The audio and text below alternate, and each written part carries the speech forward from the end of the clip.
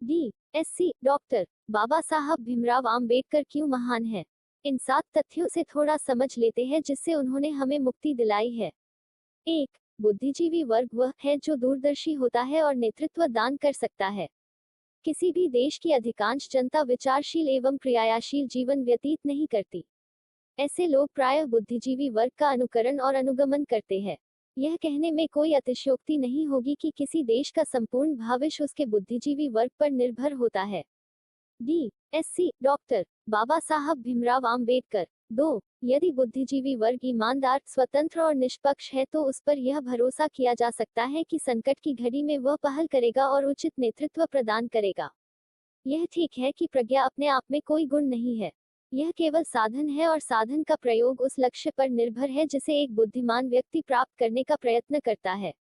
DSC doctor बाबा साहब भीमराव आम्बेडकर। 3. बुद्धिमान व्यक्ति भला हो सकता है, लेकिन साथ ही वह दुष्ट भी हो सकता है।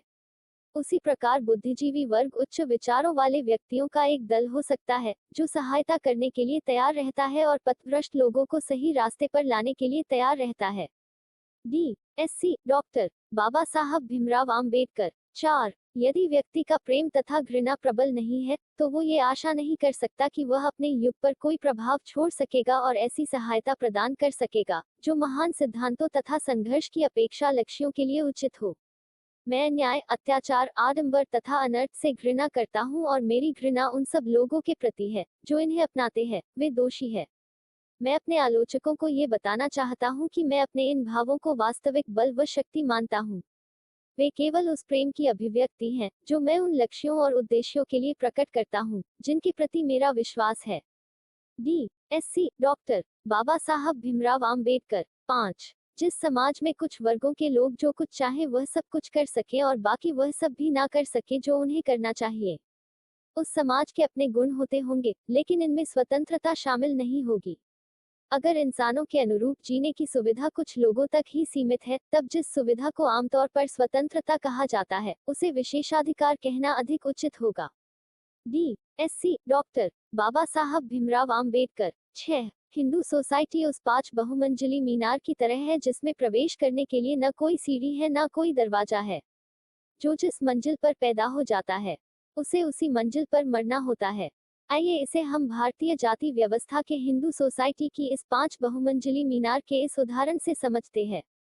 क्रम से समझते हैं। 1 ब्राह्मण पुजारी, 2 क्षत्रिय राजा शासक योद्धा, 3 वैश्य व्यापारी कारीगर जमींदार कुशल श्रमिक, 4 शूद्र खेत श्रमिक अकुशल श्रमिक नौकर, 5 दलित स्ट्रीट स्वीपर मानव पशु अपशिष्ट हटाने वाले मृत शरीर संभालने वाले जाति से बहिष्कृत। अछूत कार्य करने की वास्तविक स्वतंत्रता केवल वहीं पर होती है जहां शोषण का समूल नाश कर दिया जाता है, जहां एक वर्ग द्वारा दूसरे वर्ग पर अत्याचार नहीं किया जाता, जहां बेरोजगारी नहीं है, जहां गरीबी नहीं है, जहां किसी व्यक्ति को अपने धंधे के हाथ से निकल जाने का भय नहीं है, अपने कार्यों के परिणाम स्वरूप जहां व्यक्ति अपने धंधे की हानि तथा रोजी रोटी की हानि के भय से मुक्त है। DSC डॉक्टर बाबा साहब भीमराव आम्बेडकर। 7.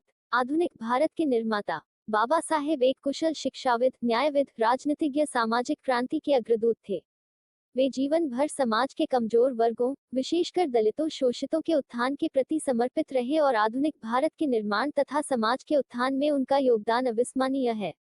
बाबा साहेब डॉक्टर अंबेडकर के रास्ते पर चलकर ही समतामूलक समाज के सपने को साकार किया जा सकता है।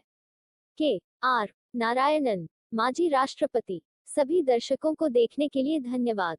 सभी जागरूक क्रांतिकारियों को क्रांतिकारी जय भीम।